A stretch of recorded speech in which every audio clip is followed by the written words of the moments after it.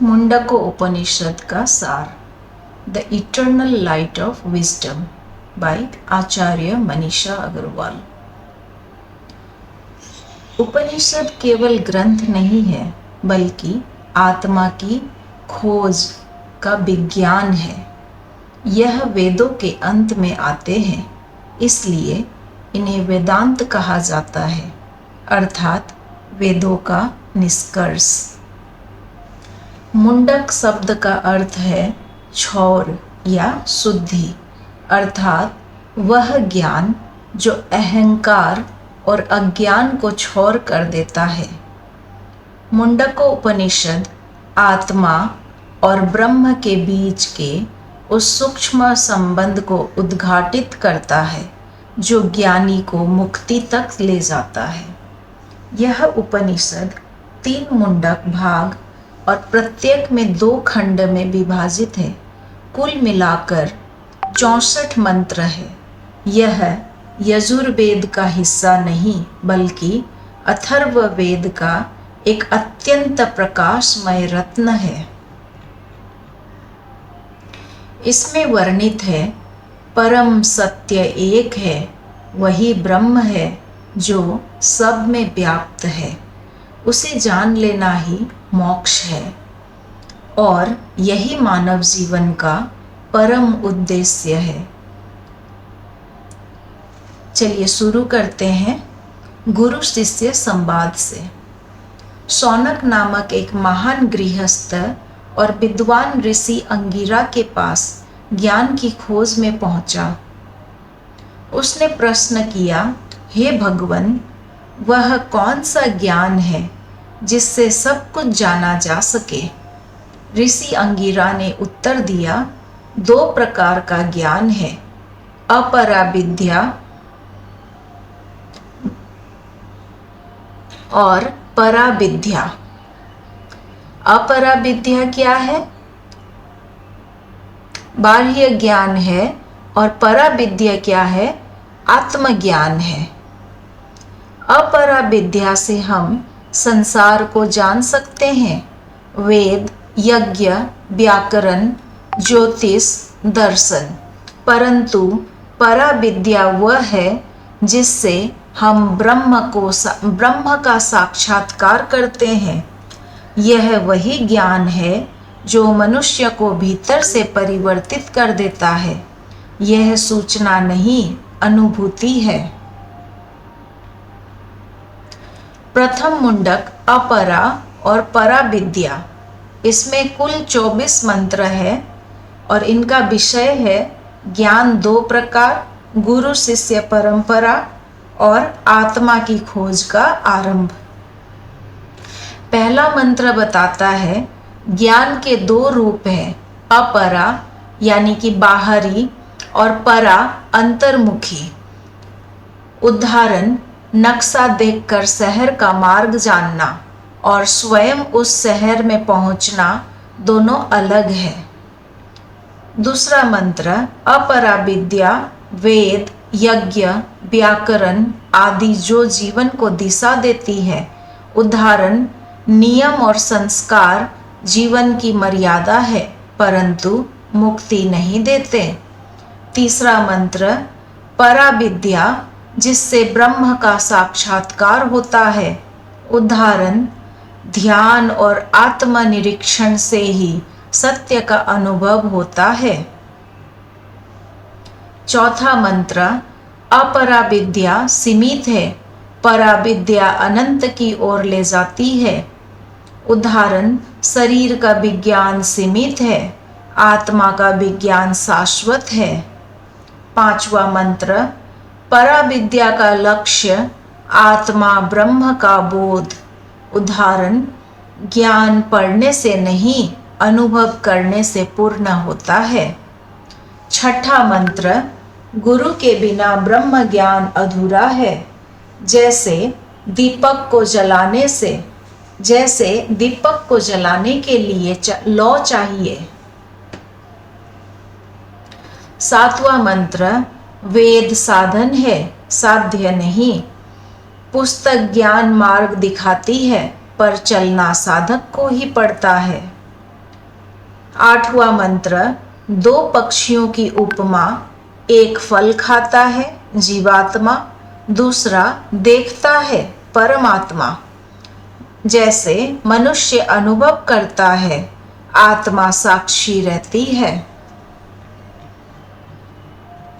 9वां मंत्र, साक्षी भाव ही आत्मा की पहचान है। जैसे गुस्से को देखना और उसमें बह न जाना, यही साक्षी भाव है।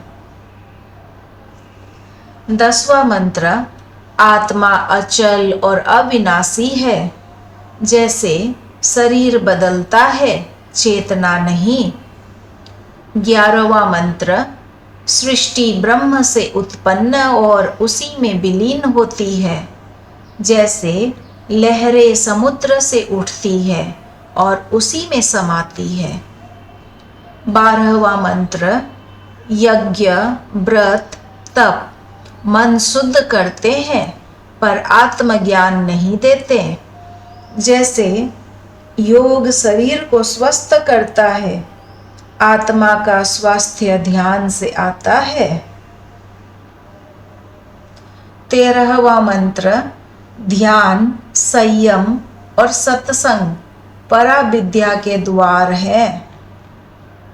14वां मंत्र, ज्ञान निरंतर साधना से खुलता है। जैसे पेड़ को फल देने में समय लगता है। 15वां मंत्र, भीतर की यात्रा आत्मनिरीक्षण।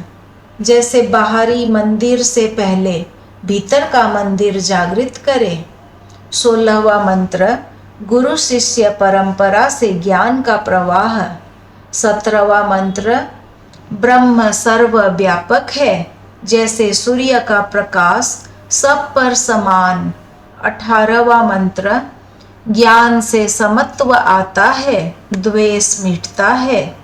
मंत्र नंबर 19, ज्ञानी कर्म करता है पर कर्म में नहीं फंसता। मंत्र नंबर 20, मोक्ष जन्म मृत्यु से मुक्त शांति।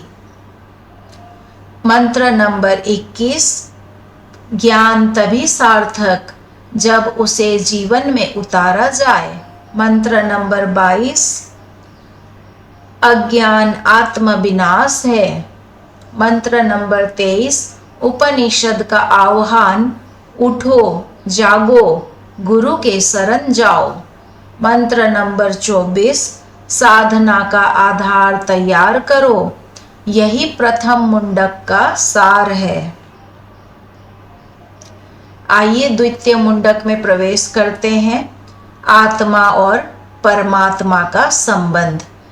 इस द्वितीय मुंडक में 22 मंत्र हैं और इनका विषय है दो पक्षियों की उपमा, ध्यान, संयम और सत्संग का महत्व।